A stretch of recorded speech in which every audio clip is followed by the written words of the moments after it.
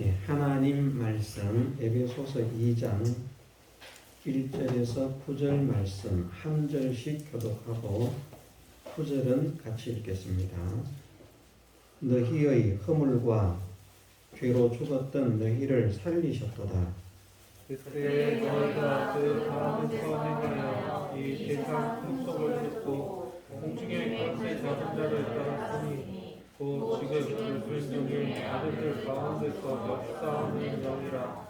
전에는 우리도 다 그 가운데서 우리 육체의 욕심을 따라 지내며 육체와 마음의 원하는 것을 하여 다른 이들과 같이 본질상 진노의 자녀이었더니 긍휼에 풍성하신 하나님이 우리를 사랑하신 그 큰 사랑을 인하여 허물로 죽은 우리를 그리스도와 함께 살리셨고 너희가 은혜로 구원을 얻은 것이라. 또 함께 일으키사 그리스도 예수 안에서 함께 하늘에 앉히시니 이는 그리스도 예수 안에서 우리에게 자비하심으로써 그 은혜의 지극히 풍성함을 오는 여러 세대에 나타내려 하심이니라. 너희가 그 은혜를 인하여 믿음으로 말미암아 구원을 얻었나니 이것이 너희에게서 난 것이 아니요 하나님의 선물이라.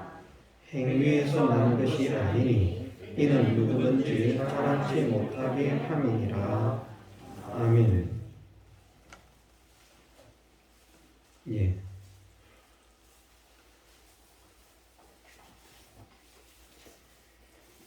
본문 말씀에 보면 6절에서 또 함께 일으키사 그리스도 예수 안에서 함께 하늘에 앉히시니 라는 말씀이 있습니다. 이 말씀은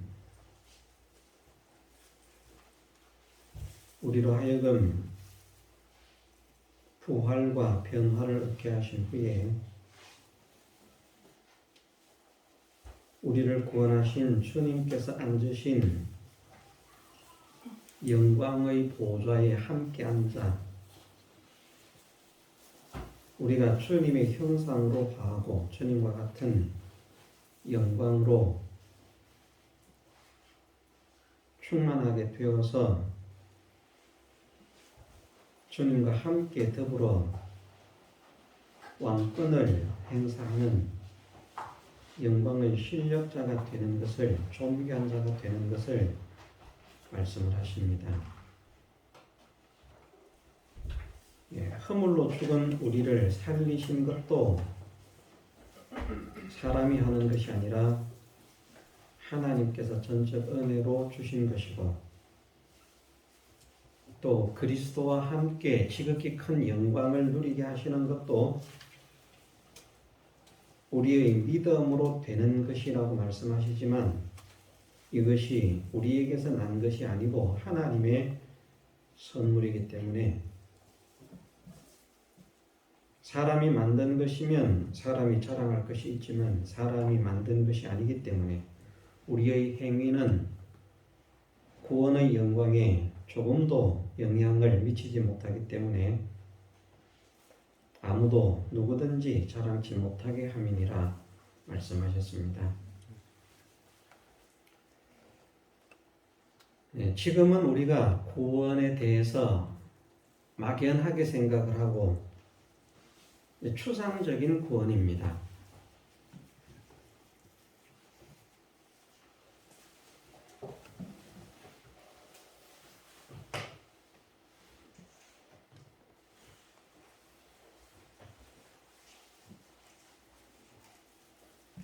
예.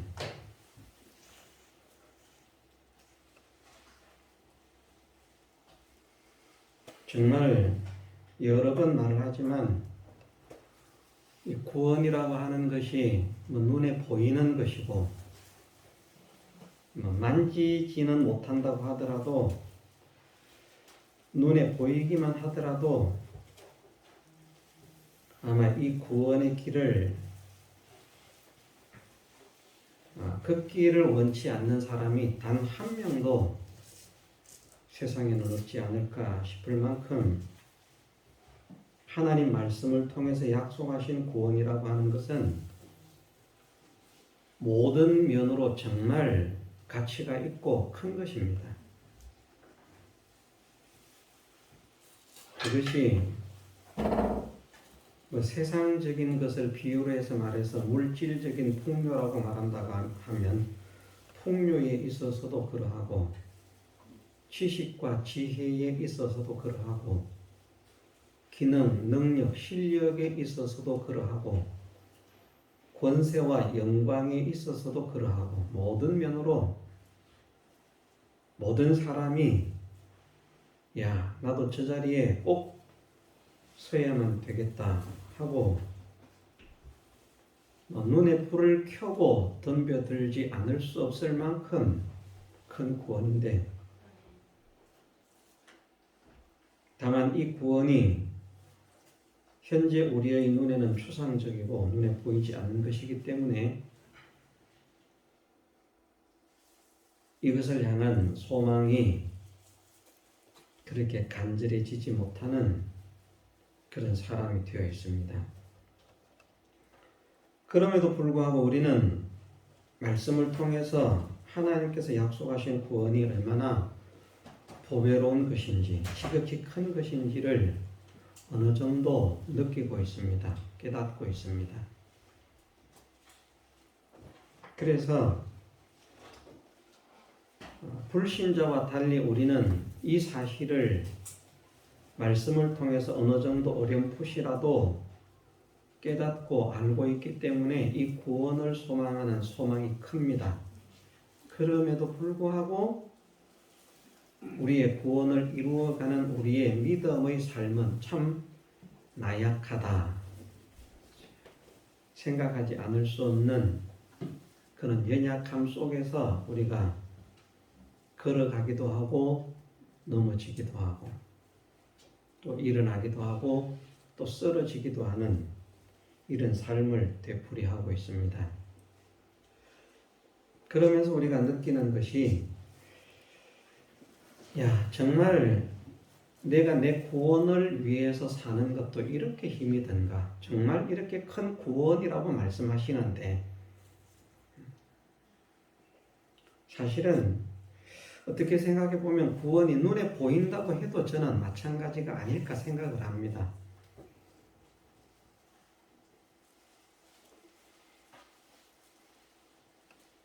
사람에 따라서 달라질 수 있겠습니다만 저는 욕심도 많은 사람이라서 만일 제 눈앞에 보이는 대로 제 머리통만한 다이아몬드를 하나 두고 시험을 통과하면 그 다이아몬드를 주겠다 라고 말을 해서 시험에 도전을 했는데 그 도전을 보니까 예를 들어서 독사가 우글거리는 수영장을 지나가라 또는 무슨 숯불이 이글거리는 그런 뭘 해놓고 또 그 길을 한참 지나가는 것은 아니죠. 어느 정도 밟고 가라.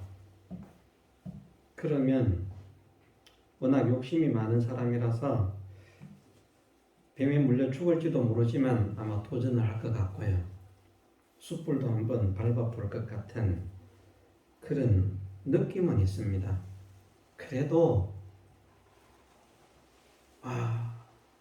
저 다이아몬드가 좋기는 좋은데 저 불을 밟으면 얼마나 뜨거운데 하는 사람도 있지만 못하는 사람은 저는 사실 못하거든요. 불을 못 밟습니다.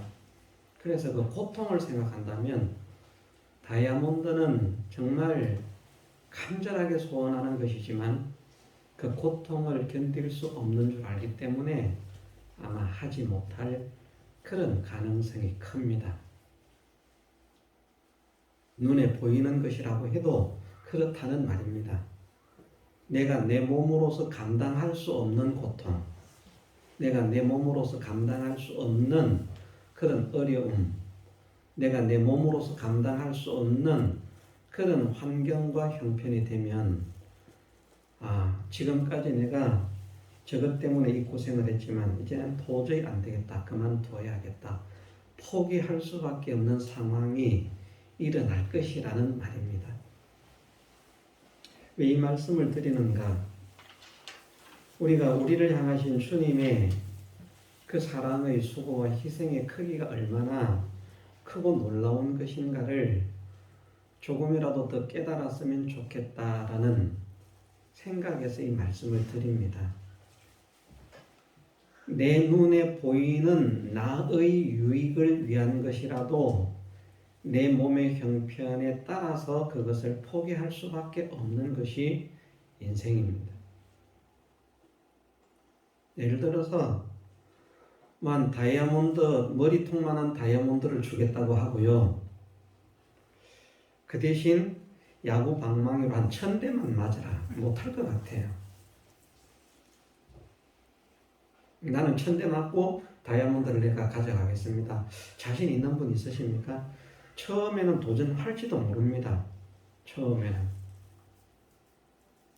그런데 한 대, 2대 맞으면 아마 살살 때리는 것도 아닐 텐데 말입니다. 이를 악물고 참아보려고 애를 쓰지만 도저히 참을 수 없어서 맞은 게 아깝지만 그렇다고 더 맞을 수도 없는,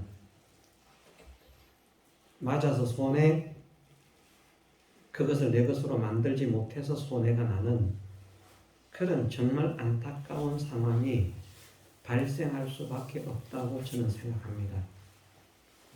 제가 아무리 독종이라도 만일 그렇게 야구 방망이로 1000대를 때린다면 저는 아마 모르겠습니다. 10대, 20대 견딜 수 있는지 모르겠습니다만 그 이상이 지나가면 아파서 견딜 수가 없어서 도저히 안 되겠다고 그만 손을 들고 포기를 하고 말 것입니다.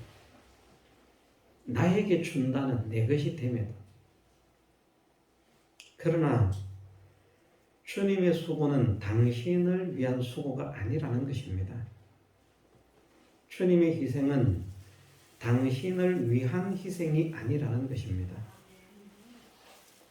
나는 나를 위한 수고, 나를 위한 희생도 몸에 어느 정도까지는 견디지만 그 이상이 지나가면 못 견디는데.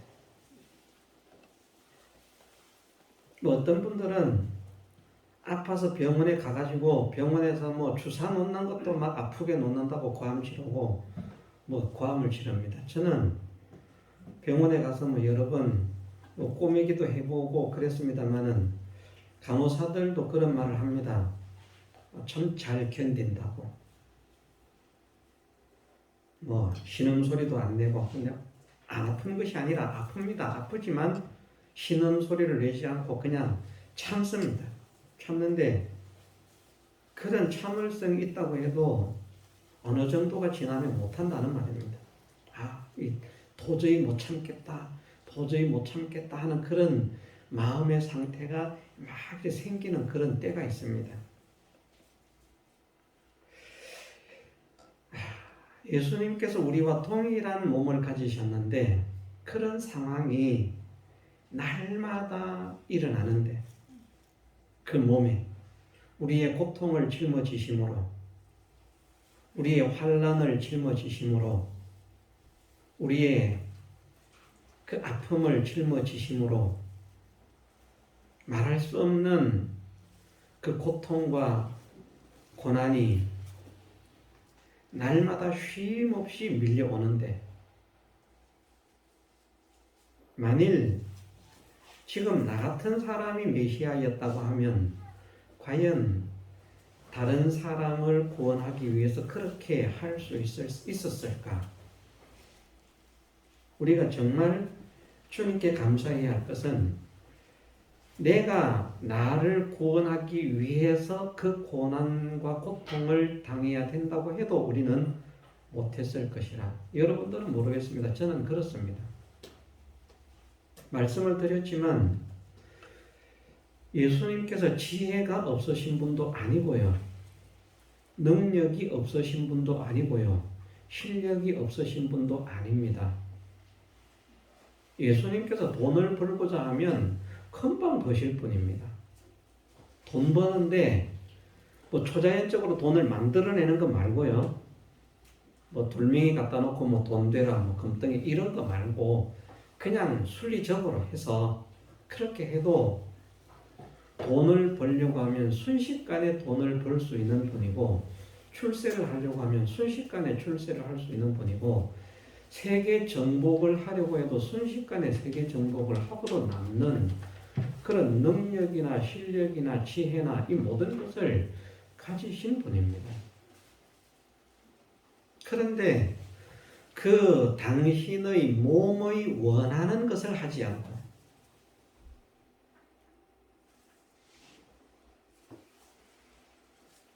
예수님도 당신의 몸이 원하는 것을 하면 그것도 죄가 됩니다. 예수님도 육체가 원하는 것을 하면 죄가 됩니다. 왜냐하면 하나님께서 하시는 말씀이 육체를 죽이라는 말씀을 하시는 거거든요. 육체의 소욕을 죽이라, 육체의 생각을 죽이라, 육체를 죽이라. 몸이 원하는 게 있습니다. 피곤하면 쉬고 싶고 눕고 싶고 배고프면 먹고 싶고 마시고 싶고 그런 일반적으로 몸을 가지고 있는 이 몸은 몸이 원하는 욕구가 있기 때문에 그것을 벗어버린다는 것, 고통을 느끼는 것도 몸이 고통을 사실은 이제 마음으로 고통을 느끼게 됩니다만은 그 몸을 통해서 전해지는 그 고통을 이제 마음이 느끼는 것인데 그 고통을 견디는 것도 힘이 들고요. 그러니까 하고 싶지만 두드려 패면 안 된다는 말입니다. 항복한다는 말입니다.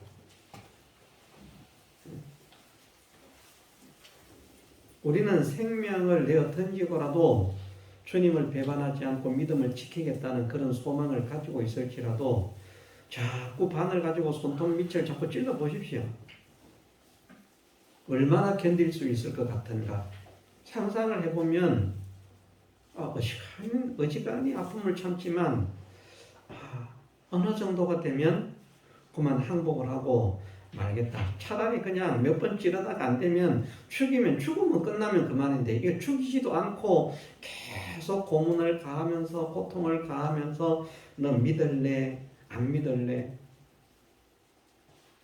그러면서 회유를 한다면 어느 정도 시간이 지나가면 그만 포기하지 않을까? 제가 언젠가 저희 집사람이 동영상을 보는데 그 동영상에 주기철 목사님의 손자인지 누가 나와서 자기 할아버지의 그 일에 대해서 소개를 하는 그 동영상을 보는 것을 곁에서 들은 일이 있습니다. 화면은 보지를 못했는데 우리는 그냥 막연하게 이제 전해지는 그런 이야기로서는 믿음의 용맹성을 가지고 그냥 용감하게 그냥 어떤 위협이나 환난이나 고통 속에서도 담대하게 믿음의 길을 걸어간 이것만 이제 생각을 하는데 뭐 손자니까 자기 할아버지를 미화시키려고 하면 얼마나 미화를 시켜야 되겠습니까? 그런 신앙의 위인으로 미화를 시켜야 되는데 그분이 하는 간증을 들어보니까 이 손자는 주기철 목사님이 한없이 나약한 분이었다는 거. 그래서 일본 놈들 죄송합니다. 일본 하여튼 뭐 그 끌려가면서도 두려움에 사로잡혀 있고 내가 이길지 모르겠다. 내가 견딜지 모르겠다. 제가 뭐 표현을 다 하지는 못합니다. 정확하게 기억을 못하겠는데 하여튼 그렇게 두려움에 차 있는 정말 내가 더는 견딜 수 없을 것 같다. 더는 이길 수 없을 것 같다 하는 그런 공포와 두려움에 차 있는 그런 모습들을 가지고 그러면서도 순간순간 이겨나가면서 결국은 순교를 했다는 것입니다.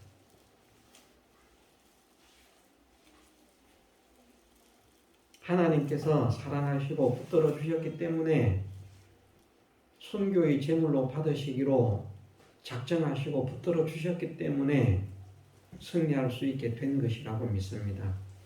그분의 그 이야기를 들으니까 그분의 상태로 보았을 때 자체로서는 순교할 제목이 못 되는 사람이에요. 순교할 수 없는 사람인데 순교를 하기까지 신앙을 양보하지 않고 어쨌든 이겼다는 거예요. 그래도 우리가 아는 대로는 그런 신앙의 위인도 마음에 낙담이 되고 낙심이 되어서 이제 한 번만 더 어떻게 하면 나는 못할 것 같다. 어떻게 하면 못할 것 같다. 그게 뭐 자기 할머니겠죠. 주기철 목사님의 아내니까 자기 할머니일 텐데 할머니가 면회를 갔다 오면 이야기를 하면 할아버지가 그렇게 이제 주기철 목사님이 그렇게 나약한 가운데 위에서 기도하고 하는 이런 그 가족들의 또 기도가 그랬을 것입니다. 대단한 가족들이라 그렇게 볼 수 있는데 그렇게 우리는 우리 몸의 연약함을 벗어날 수 없는 자들이기 때문에 어느 정도까지는 할 수 있지만 그 이상이 지나면 못합니다. 그런데 어쨌든 그런 신앙의 위인으로서 순교를 한 그런 분들도 자기 구원에 대한 소망이 있거든요. 내가 이 환난을 견디면 하나님께서 나에게 약속하신 영광의 구원이 있다. 그런데 예수님의 희생은 그렇게 희생함으로 자기 영광에 조금이라도 더 보태지는 게 있거나 권세가 보태지는 게 있거나 능력이 더 늘어나는 게 있거나 이런 게 유익이 전혀 없다는 말입니다. 이게 무슨 말인지 이해를 하시겠죠? 우리는 참고 견디면 뭔가 이익이 생기는데 예수님은 참고 견뎌봐야 예수님 당신에게는 생기는 유익이 털끝만큼도 없습니다. 그렇게 해서 이기셨으니까 영광스럽게 되셨잖아요. 아니라고 했잖아요. 오시기 전부터도 영광스러우셨던 분이기 때문에 더 영광스러워질 수가 없는, 죽임을 당하시기 전에도 아버지의 모든 것이 예수님의 것이었기 때문에 말씀하셨잖아요. 아버지의 모든 것이 다 내 것이니이다.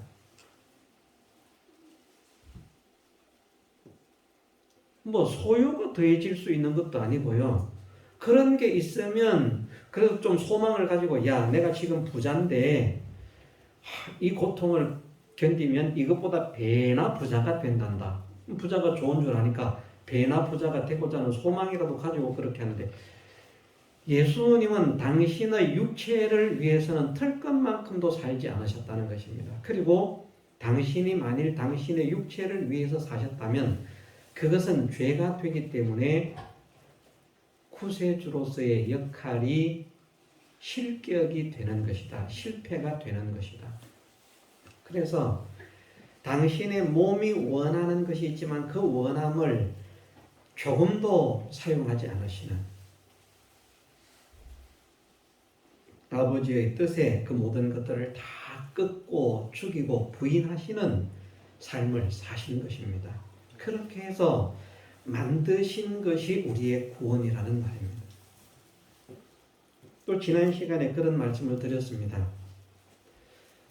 우리가 우리의 의로서 하나님 앞에 의롭다함을 인정함을 받는 사람이 되려고 하면 하나님의 말씀을 그냥 행하는 것이 아니라 항상 행해야 된다는 것. 끊임없이 쉼없이 행해야 된다는 것. 그런데 그게 다가 아니라는 말입니다. 그냥 끊임없이 순종했으니까 이것은 의가 되었다. 그것이 아니고 끊임없이 순종을 했어도 그 순종의 질이, 순종의 내용이 말씀하신 대로 하나님께서는 우리에게 그런 사람이 되라고 말씀을 하셨거든요. 마음을 다하고 목숨을 다하고 힘을 다하고 뜻을 다하고 성품을 다하여 주 너의 하나님을 사랑하라. 이게 신약에 있는 말씀이 아니고 원래 구약에 있는 말씀입니다. 그러면 자 생각을 해보십시오. 우리는 우리가 가진 소원도 마음 다 못해요. 어떤 간절함을 가지고 뭔가를 하다가도 금방 우리의 마음은 그냥 어디로 갑니다. 막 짬뽕 마음. 그런데 분명히 하나님께서 말씀하시기를 하나님을 사랑하는데 예수님께는 그런 말씀이 되는 것입니다. 아버지를 사랑하는데 마음을 다하고 목숨을 다하고 힘을 다하고 뜻을 다하고 정성을 다하고 성품을 다한다. 다한다. 그렇게 해야 그렇게 사랑해야 사랑이 된다. 진짜 사랑이 된다. 이렇게 하라는 것을 우리에게 명령을 하셨습니다. 근데 우리는 못합니다. 우리가 할 수 있기 때문에 명령하신 것 아닙니다. 다른 뜻이 계셔서 말씀을 하신 것입니다. 우리는 절대 할 수가 없습니다. 그런데 예수님은 율법의 완성을 이루시고 율법의 마침이 되시고 성경을 다 이루셨잖아요. 그 다 이루셨다라고 하는 말씀 속에는 마음 다하고 목숨 다하고 힘, 뜻, 정성, 성품을 다해서 주 너희 하나님을 사랑하라는 말씀은 빠져 있겠습니까? 빠져 있지 않습니다.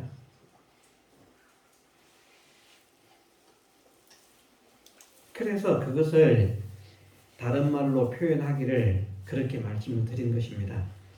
예수님의 전생의 전 친액을 다 기울여서 말씀을 순종하신 것이다. 한 말씀 한 말씀 순종해 가시면서 그 모든 말씀들을 다 마음을 다하고 성품을 다하고 힘을 다하고 뜻을 다하고 정성을 다해서 그렇게 순종하신 것이라는 말입니다. 그렇게 함으로 율법의 완성을 이루신 것입니다.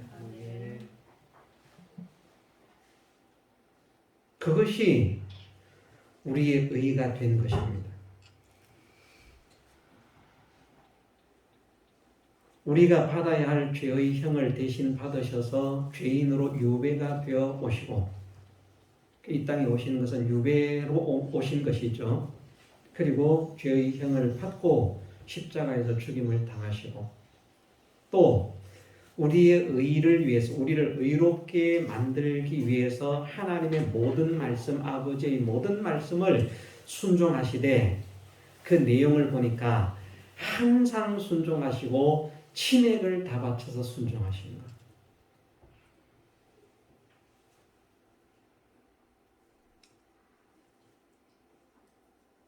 저는 이 주일이 안식일과 주일 비교해서 안식교나 안식일을 지키는 사람들은 창조하신 모든 피조물들을 다 줬는데 그 모든 것을 다 위임받은 안식일이 얼마나 큰 날이냐. 이게 큰 날입니다.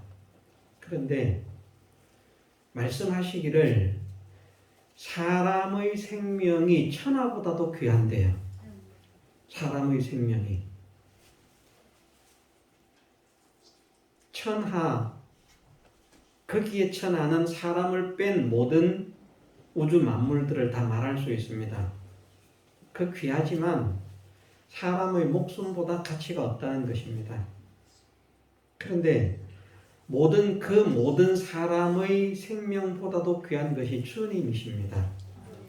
주님께서 당신의 전생애와 생명을 바쳐서 만드신 구원을 완성하신 주의 날이 얼마나 복된 날입니까? 하나님의 소유물을 주신 안식일이 가치 없다는 것이 아니라 그 가치 있습니다. 가치가 있는 날이지만 하나님께서 소유를 주신 것과 당신을 내어놓아서 당신의 전생애와 생명을 바쳐서 만드신 구원을 주시는 것과 어떤 것이 더 가치가 있는가? 우주를 다 받으면 뭐합니까? 구원을 못 얻으면. 우리에게 진짜 중요한 건 구원 아닙니까? 진짜 중요한 게 뭔지 몰라서 안식일이 더 크다라고 말을 해요. 안식일이 작은 것 아닙니다. 큽니다. 그렇지만 그 안식일은 당신의 소유물을 우리에게 위임시켜서 통치하게 하신 것을 기념하는 날이고, 주일은 주님께서, 우리의 구주 되신 주님께서 당신의 생애와 생명을 이렇게 바쳐서 한순간도 빠짐없이 당신의 전 생애에 하나님의 모든 말씀을 항상 순종하시되 당신의 전체를 다 기울여서 마음, 목숨, 힘, 뜻, 정성, 성품 다 기울여서 아버지의 뜻을 순종한 그 순종으로 최종적으로는 십자가에 죽기까지 하시기까지 그 순종을 통해서 만드신 것이 이 지극히 큰 구원이라는 말입니다. 이것을 주신 이 날을 기념하는 주의 날, 부활주일이 따로 있습니다만은 이 안식일 다음 날인 주일날, 그래서 이것을 우리에게 알려주시기 위해서 딱 정확하게 표현은 하지 않으셨지만 성경에 안식 후 첫날, 안식 후 첫날이라고 하는 말씀을 사복음서에서 동일하게 말씀을 하십니다. 안식 후 첫날이, 안식일은 토요일이니까 안식 후 첫날은 일요일인 주일이라.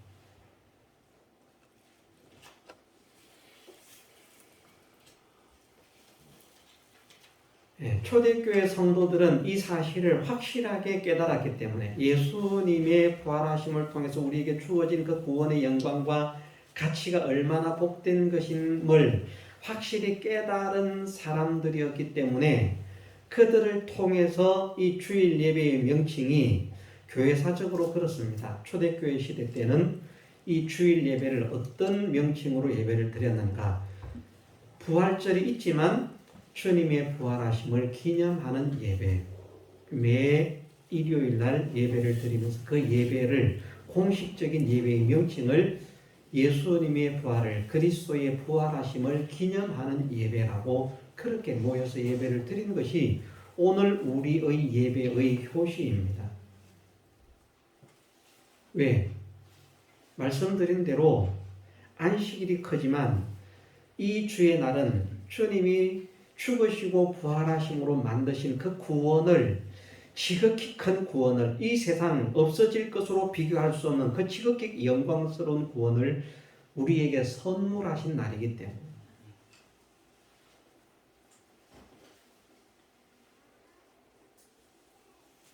우리는 정말 이 사실을 누구보다도 더 확실하고 또 깊고 뜨겁게 깨달을 수 있는 은혜를 주옵소서. 소망해야 됩니다. 정말 우리에게 주신 이 구원은 대충 만드신 구원이 아닙니다. 우리의 마음에 이것이 느껴져야 됩니다. 대충 만든 구원 아닙니다. 능력자니까 그까짓 거 만들기 쉽지 뭐. 사실은 하시고자 하시면 말씀으로 하실 수 있는 구원입니다. 왜냐하면 전능하신 분이기 때문에. 그런데 그렇게 만드신 구원이 아니라는 말입니다. 그래서 지난 시간에 말씀을 드렸지만 다른 것들은 그냥 뭐 있어라 되라 하는 말씀으로 그냥 이렇게 된 것들이지만 우리에게 주신 우리의 구원은 말씀으로 구원이 완성됐다, 가져라 이렇게 하시는 것이 아니라 당신의 모든 것을 다 기울여서 만드신 구원이라. 일생을 다 바쳐서 만드신 구원이라. 전지하시고 전능하신 이분이 한 시간만 작품을 만들어도 정말 놀라운 작품이 나올 것인데 저는 그렇게 믿습니다.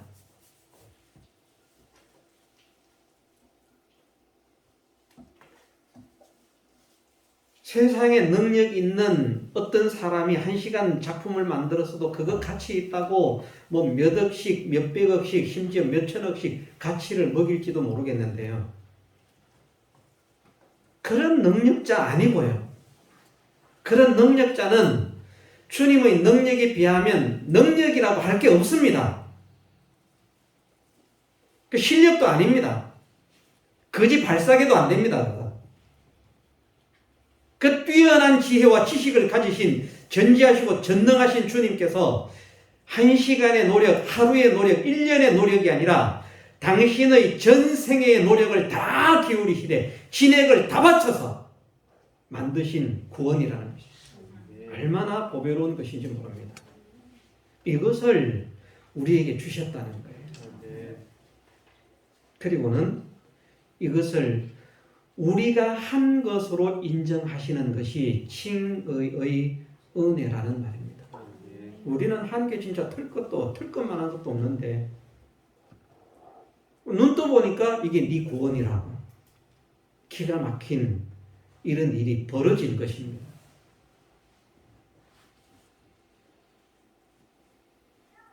세 번째로 화친의 은혜라고 했습니다. 화친의 은혜는 어떻게 주어졌는가? 화친이라고 하는 것은 하나님과 화목하고 친근한 것을 화친이라고 한다고 했습니다. 하나님과 가까운 것, 친근한 것, 화목한 것. 이 하나님과 화목하라고 말씀하시는데 이 고린도서에서도 그런 말씀이 있지 않습니까? 그죠? 이러므로 우리가 그리스도를 대신하여 사신이 되어 하나님이 우리로 너희를 권면하시는 것 같이 그리스도를 대신하여 간구하노니 너희는 하나님과 화목하라. 왜 이렇게 해야 되는가? 하나님이 죄를 알지도 못하신 자로 우리를 대신하여 죄를 삼으신 것은 우리로 하여금 저희 안에서 하나님의 의가 되게 하려 하심이니라. 뭐 우리가 하나님 기쁨이 될 게 뭐 있습니까? 짐덩인데. 근데 우리로 하나님의 의가 되게 하시겠다는 것은 하나님께서 만족하시고 좋아서 기뻐서 어쩔 줄을 몰라 하실 만큼 완벽한 하나님의 뜻을 이행한 사람. 근데 이게 우리의 힘으로 된 것이 아니라 예수님께서 그 은혜를 우리에게 입혀주심으로 그것이 가능하게 된 것입니다. 우리는 원래 하나님께 가까이 나아갈 수 없는 자들이었습니다. 가까이 나아가다는 다 죽습니다. 그런데 예수 그리스도께서 당신의 육체로 열어놓으신, 당신의 육체를 찢으심으로 열어놓으신 그 휘장 가운데로 열어놓으신 새롭게 산 길을 허락하심으로 우리가 하나님께 담대하게 나갈 수 있는 은혜를 받은 것입니다. 예수님 아니면 우리는 하나님께 감히 가지 못합니다. 오라고 해도요, 절대 못 갑니다.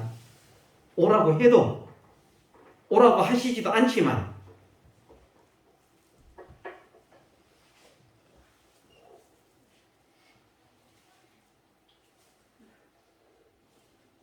하나님을 가까이 하는 것이 얼마나 좋은 것인지 모릅니다. 그래서 성경에 말씀하시잖아요. 하나님을 가까이 하는 것이 내게 복이라. 우리도요, 권세 있는 사람 옆에 하나만 등에 업으면 그날부터는 팔자가 핀다고 할 수 있어요. 세상에서.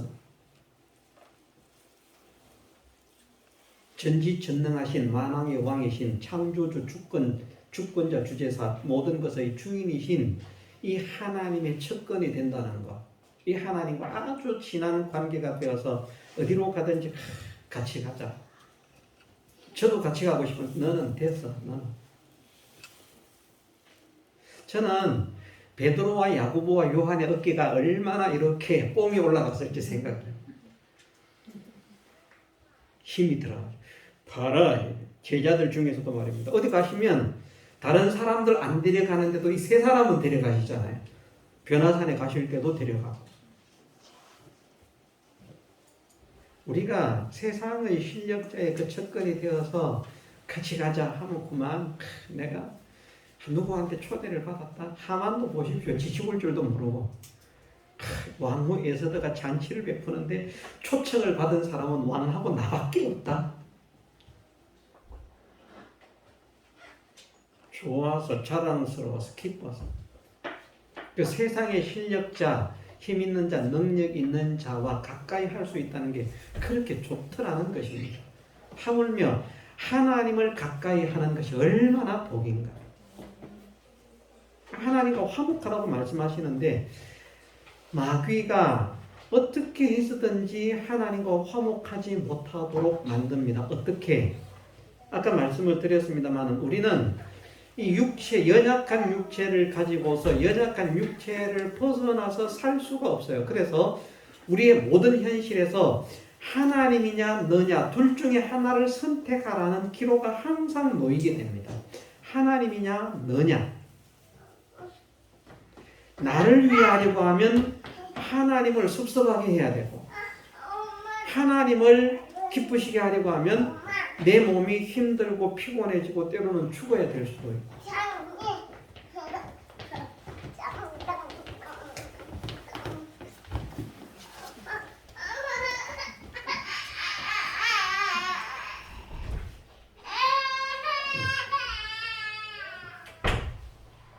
마귀가 항상 노리는 것이 이것입니다. 노리는 것이 너 좋게, 너 편하게, 너를 위해서. 그래서 어지간히 복음의 이치를 깨닫고 하나님의 사랑에 감사하고 감격한다고 하는 사람들도 그만 자기가 너무나도 피곤하고 힘들면 거기에서 주저앉거든요. 아까 말한 것처럼 어느 정도 한계가 가면 그 한계까지는 제법 견디지만 그 이상을 견디지 못하고 거기서 주저앉습니다. 내가 여기까지는 했는데 더 이상은 못합니다.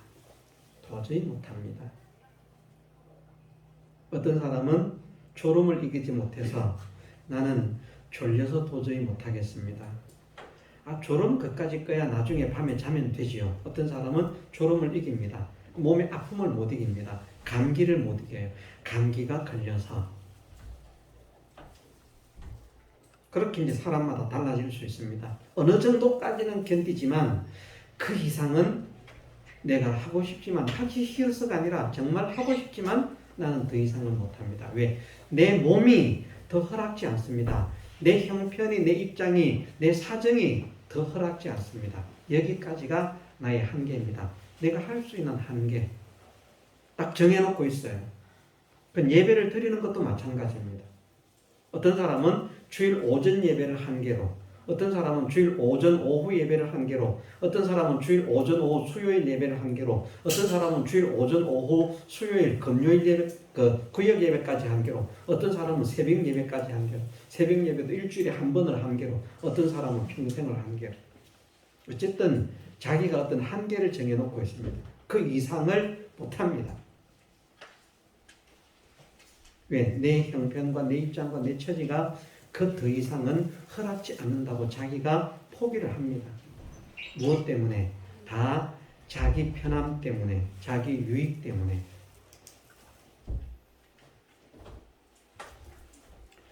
자, 마귀가 예수님에게 날마다 속삭일 것입니다. 성경에 나타나지는 않지만 시험을 할 때처럼, 광야에서 시험을 할 때처럼 네가 만일 하나님의 아들이거든 떡덩이를 만들어라.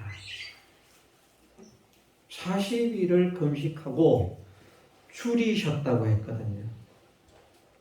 그것도 참 중요합니다. 모세는 40일을 밤낮으로 물도 떡도 아무것도 먹지 않고 시내산 꼭대기에 있다가 그것도 3번이나 그렇게 합니다. 40일 자기가 모르는 40일 금식을 3번이나 그렇게 하는데 그래도 그 뒤에 배가 고파서 뭐 줄였다 이런 말씀 안 하셔요. 그런데 예수님께 대해서 말씀하시기를 40일을 밤낮으로 금식하신 후에 줄이신지라. 배가 심히 고픈 거예요. 마귀가 와가지고 첫 번째 하는 시험이 내가 만일 하나님의 아들이었던 이 돌등으로 떡덩이가 되게 하라. 일단 네 배고픈 것도 해결해야 되고 또 이렇게 하면 그런 능력을 가지고 사람들에게 보여준다면 얼마나 이 먹는 문제가 사람에게 중요한데 너를 따를 사람이 많을 것이냐. 그런 복선들을 깔고 시험을 하는 것입니다. 그 마귀가 시키는 대로 하면 하나님 편이 안 되는 거예요. 그 할 수 없어서가 아니라 누가 척근이 될 수 있는가 하면 이치는 간단합니다. 누가 내 척근이 될 수 있는가? 누가 우리 각자의 척근이 될 수 있는가? 누구일 것 같습니까? 예? 내가 내 척근으로 삼고 싶은 사람 누구일 것 같습니까? 내 말을 잘 듣는 사람이. 다른 누가 말해도 됐고 나는 그분 말씀이 최고야. 지나가다가 이야기하는 걸 딱 들으니까 둘이서 앉아서 쏙닥쏙닥 이야기를 하는데 하나는 나를 욕하고 까고 한 사람은 그러지 마. 그래도 그분이 최고야. 그러면 지나가다가 들었지만 저 사람 좋아. 기억해뒀다가 인사권이 있는 사람 같으면 그렇게 할 것이야. 누구든지 자기 말을 잘 듣는 사람을 측근으로 둘 것인데 하나님도 사실은 마찬가지입니다. 하나님 마음에 든다는 것, 하나님 마음을 사로잡는다는 것은 성경을 통해서 보여주신 것이 무엇인가 하면 결국은 하나님의 말씀을 잘 순종하는 사람, 어떤 형편, 환경, 현실 속에서도 나는 하나님의 뜻을 따라서 하나님이 원하시는 그 길을 걷겠습니다 하는 것이 하나님과 하나 되는 것이고 하나님의 말씀을 순종하는 것인데 그 사람을 하나님께서 사랑하셨다는 것을 보여주십니다. 잘 순종하는 것 같았다가 어려움 오면 양보하는 사람 아니고요. 그런데 예수님께 마귀가 하나님 아버지와 하나가 되지 못하도록 자꾸 하나님께서 원하시지 않는 다른 걸 하도록, 그 다른 걸 하는 게 뭔가 하면 마귀가 하나님이 원하는 것보다 내가 원하는 것을 하라 이렇게 말하는 게 아니고 마귀가 하는 말이 뭔가 하면 그겁니다. 하나님의 뜻보다 네한테 필요한 것, 지금 너한테 유익한 것, 지금 너한테 좋은 것. 그래서 한편으로 생각하면 마귀의 전술은 참 인간이 볼 때 좋은 것입니다. 그건 지금도 마찬가지입니다. 마귀는 절대 나를 따라오면 지옥불에 쳐넣겠다 이렇게 인도하지 않습니다. 나를 안 따라오느냐? 나를 안 따라오면 너희를 전 천국에 집어넣어 버릴 것이고 나를 따라오면 지옥불에 쳐넣을 것이다. 이렇게 우리를 미혹하지 않습니다. 그렇게 하면 아무도 안 따라가잖아요. 그럼 누가 따라가겠습니까? 마귀는 어떻게 미혹을 하는가 하면 너 좋게 해. 너 편하게 해. 네가 하고 싶은 대로 해. 네 자존심, 네 체면 저게 살살 건드리잖아. 그거 절대 그냥 두지 마. 그래서 무엇이든지 나에게 만족이 되고 나를 좋게 하려는 것 때문에 하나님의 말씀을 거역하게 만드는 것이 그것이 마귀의 전술입니다. 그렇게 해야 네가 좋은 거야. 네가 성공하는 거야. 네가 편한 거야. 네가 행복해지는 거야.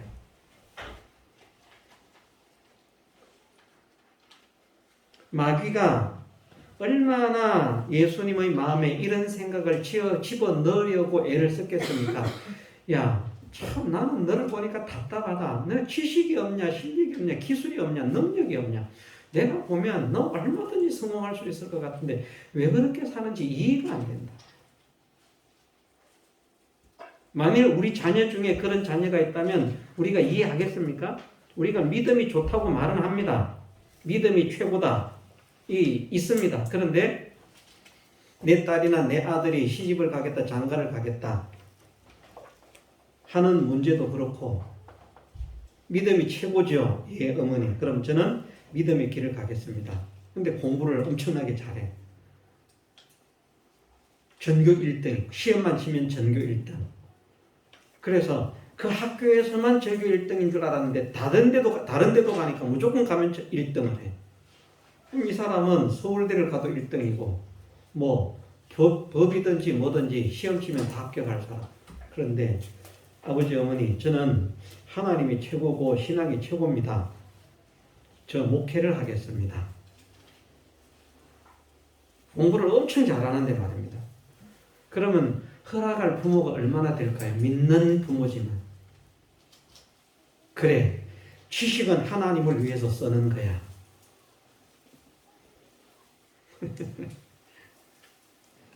이놈아 정신 좀 차려라. 네가 도대체 미쳤냐? 뭐 조금 전에 신앙이 최고 어쩌고 했던 거 뭐 온데간데 없고요. 자기 자녀가 그렇게 뛰어난 실력과 뛰어난 능력을 가지고도 그것을 자기를 위해서 세상을 위해서 돈 버는 데 쓰지 않고 복음을 위해서만 쓰겠다 살겠다라고 하면 그만 정신 좀 차려라, 정신 나간 거사, 울고 불고 그러지 말라고 매달릴지 모릅니다.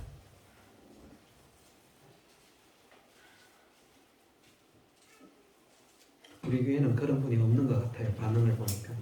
먼저 목사님 이상한 소리를 하고 있어요. 신앙이 최고인 거 단 건 아니야? 그런 반응인 것 같아. 저만 속물인 것 같아, 느낌이.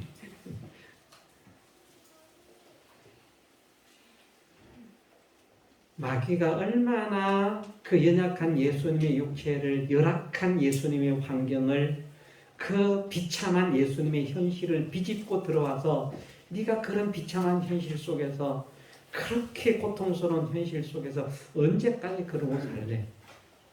정신 좀 차려라. 너를 위해서 얼마나 마음에 많은 미혹을 가지게 하려고 애를 썼을까? 엄청났을 것이다. 그런데 아무리 좋은 것을 주면서 내가 시키는 대로 한 번만 해달라고 해도 하지 않은 거예요. 그것이 예수님의 시험 속에서도 나타나는데, 천하만국의 모든 영광을 다 보여주면서 내게 한 번만 절하면 이 모든 것을 다 너에게 주겠다. 그 마귀가 못하는 것 아닙니다. 그 말이 맞거든요. 에베소서 말씀에서도 있잖아요. 공중의 권세 잡은 자라고. 세상의 모든 것이 마귀에게 주어졌어요. 마귀가 주려고 하면 줄 수 있는 거예요. 마귀를 따라가면 줄 수 있는 거예요.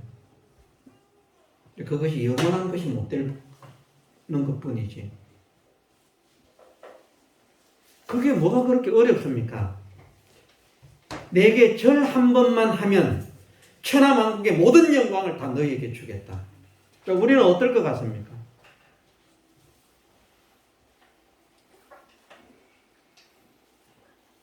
예? 이것도 뭐 별로 시시한 그런 시험인 것 같아요. 우리는 이 믿음에 엄청난 실력자들만 모여가지고, 지금 목사님이 뭐라나 저는 할 이야기라고 하나 이런 표정인 것 같아요. 제가 마음이 힘이 기쁩니다.